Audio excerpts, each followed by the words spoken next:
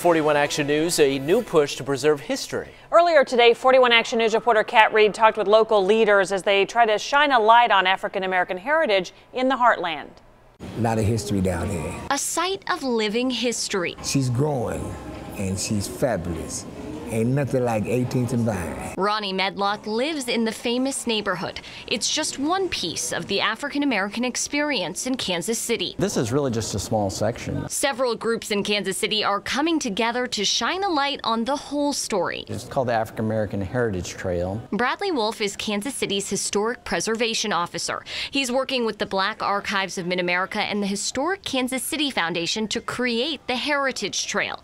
The first step would be a website and brochure with markers to follow. The idea is we have all these different sites, but there's really no comprehensive way to look at all of them. The trail will, of course, feature sites listed on the National Register of Historic Places, but there are also some other sites that may have been overlooked. One might be the Sarah Rector Mansion.